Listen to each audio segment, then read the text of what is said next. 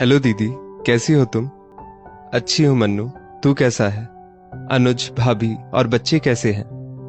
इतना कहते कहते ममता का गला भर आया। कहाँ सोच रही थी कि यदि अब कभी भाइयों का फोन आया तो बात ही नहीं करूंगी। माँ तो दोनों भाइयों को छोटे छोटे ही छोड़कर भगवान के पास चली गई थी। ममता ने अपने दोनों भाइयों को एक माँ की तरह ही संभाला था। ममता की शादी के 5 साल बाद बाबूजी भी चले गए। शुरुआत में तो कुछ दिनों तक ममता खुद भी जिम्मेदारी समझते हुए खुद ही समय समय पर मायके चली जाती थी, लेकिन भाभीियों के आने के बाद उन्हें अपनी ननद का घर में हस्तक्षेप सहन नहीं होता था। धीरे धीरे ममता का मायके आना कम से बंद ही हो गया। धीरे धीरे फोन पर हालचाल पूछने की औपचारिकता भी खत्म हो गई।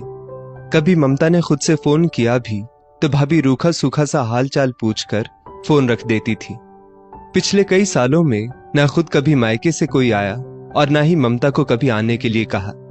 ममता सोचती रहती थी, क्या इतनी पराई हो गई मैं उनके लिए?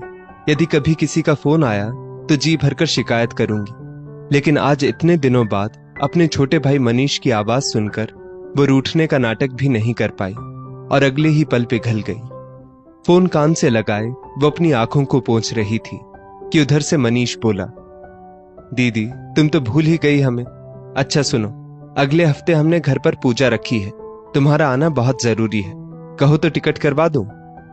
ममता सोच रही थी, मैं तो हर पल याद करती रहती हूं, लेकिन भूल तो तुम गए थे मुझे। एक बार कहकर तो देखते, भागी चली आती। लेकिन ये शिकायत भी उसके मन में ही रह गई।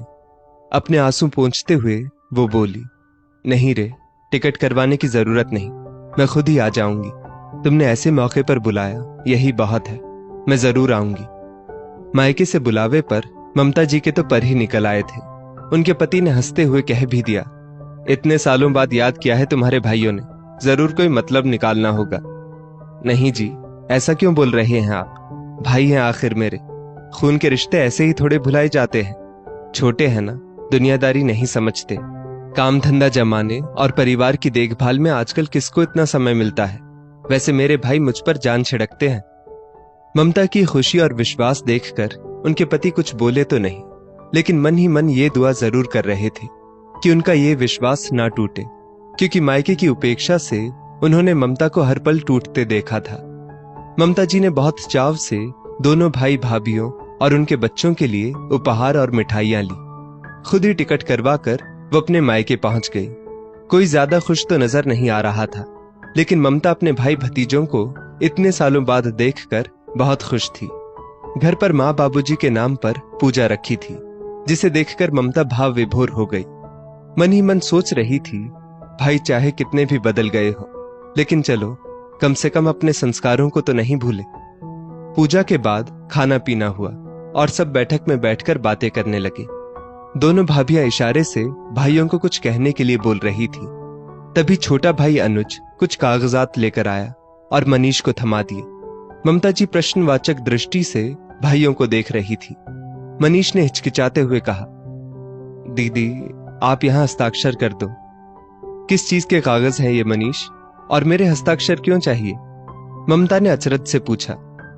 दीदी वो क्या है ना, मैंने और अनुज ने सोचा है कि अब शहर में अपना अपना घर ले लेते हैं। वैसे भी आए दिन किसी न किसी काम के लिए हमें शहर जाना पड़ता है, फिर बच्चों की आगे की पढ़ाई लिखाई में भी सुविधा हो जाएगी।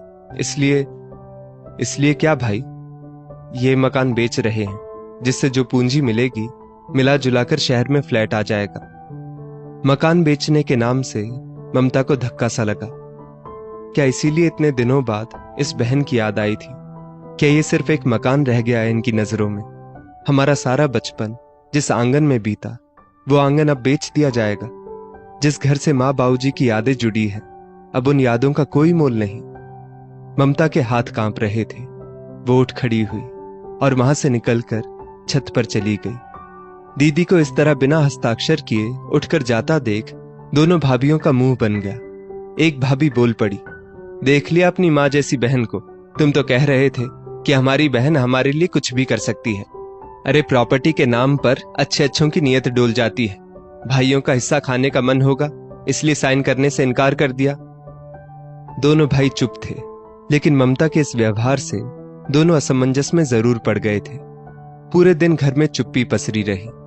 सुबह भतीजा रोहन ममता को खाना खाने के लिए बुलाने गया। तीनों भाई बहन की थाली परोस दी गई थी। दोनों भाइयों ने अपनी थाली में रखी रसमलाई सबसे पहले खा ली, फिर खाना खाने लगे। ममता ने अपनी थाली में रखी रसमलाई की कटोरी से दोनों भाइयों की कटोरी में और रसमलाई डाल दी, जिसे देखकर दोनों भाई बोले, दीदी ये आपकी मिठाई है, हम तो अपने हिस्से की मिठाई खा चुके हैं।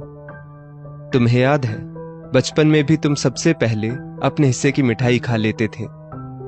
ममता ने मुस्कुराते हुए पूछा। हाँ दीदी, बचपन में भी हम दोनों सबसे पहले अपना हिस्सा खा लेते थे और तुम अपने हिस्से की चीज हमारे लिए बचा कर रखती थी और मां से छिपाकर हमें खिला देती थी, अनुज बोला।